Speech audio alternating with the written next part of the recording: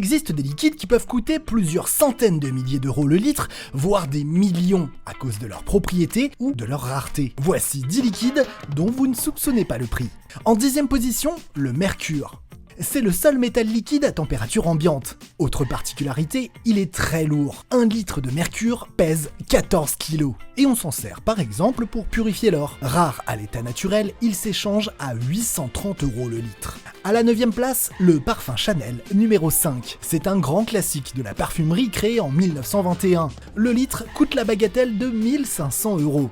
Mais il y a plus. Il existe une version aux grands extraits numéro 5 réalisée uniquement sur commande. Là, il faudra payer 6 778 € pour 1 litre de ce parfum d'exception. Arrive à la 8e position, l'encre.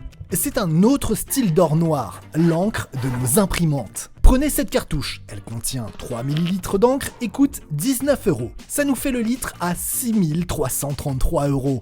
Et si c'est aussi cher, c'est parce que les constructeurs vendent les imprimantes à bas prix, mais ils se rattrapent sur les cartouches. Le sang de limule.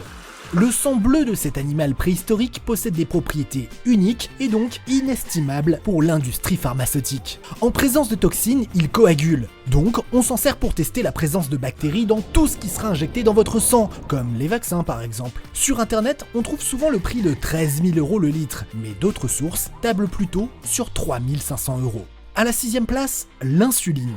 C'est un liquide vital pour les diabétiques, mais qui coûte une fortune aux États-Unis. Entre 1996 et 2017, le prix a même augmenté de plus de 1000%. Aujourd'hui, la fiole d'insuline se vend entre 175 et 300 $, soit entre 14 650 € et 28 000 € le litre. Et avec de tels prix, les malades ont du mal à se soigner. C'est pourquoi une loi est en discussion pour qu'ils ne dépensent pas plus de 35 $ par mois pour leur traitement.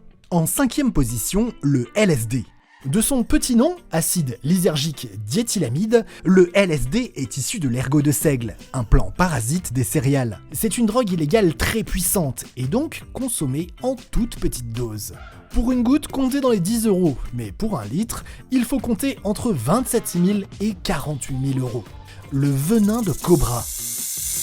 Voici le cobra royal, le plus long serpent venimeux du monde, capable de tuer 20 personnes avec une seule morsure. Mais ce venin peut aussi nous soigner. À petite dose, il pourrait servir à traiter des maladies comme Alzheimer ou Parkinson. Et donc, combien ça coûte ? Eh bien, entre 33 000 et 40 000 € le litre. Sur la 3e marche du podium, la semence de cheval. Une fois à la retraite, les chevaux de course se reconvertissent dans une carrière de reproducteurs. Et leur patrimoine génétique de champion se paye au prix fort. La semence d'un étalon très demandé, comme Big Star, se monnaie un peu plus d'1,2 million € le litre. Pour l'étalon le plus cher, Galileo, comptez 650 000 $ la séance de reproduction, soit 12 millions € le litre. En 2e position des liquides les plus chers, le venin de scorpion jaune.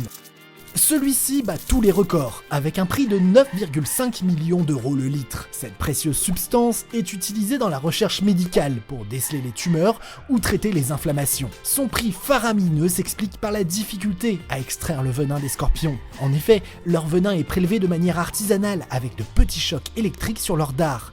Et les scorpions ne peuvent fournir que 2 mg de poison par séance. Et à la première place de ce classement, on trouve ce petit flacon, le Zolgensma. C'est le liquide et le médicament le plus cher au monde. Son coût, 2 millions € pour quelques millilitres. Le Zolgensma est utilisé pour traiter une maladie génétique rare, l'amyotrophie spinale musculaire, qui provoque une dégradation progressive de tous les muscles du corps. Alors ok, le traitement est miraculeux puisqu'il soigne en une prise, mais pourquoi est-il aussi cher ? Selon les estimations des pouvoirs publics européens, ce médicament ne coûte que 155 000 € à fabriquer. Mais le laboratoire Novartis, qui possède ce médicament, a fixé le prix à 2 millions €, estimant que c'était toujours moins cher que le coût des soins sur 10 ans pour ces malades. Et c'est un comble quand on sait qu'à l'origine, ce traitement a été découvert par une chercheuse française, Martine Barkatz, qui a été financée par le Téléthon.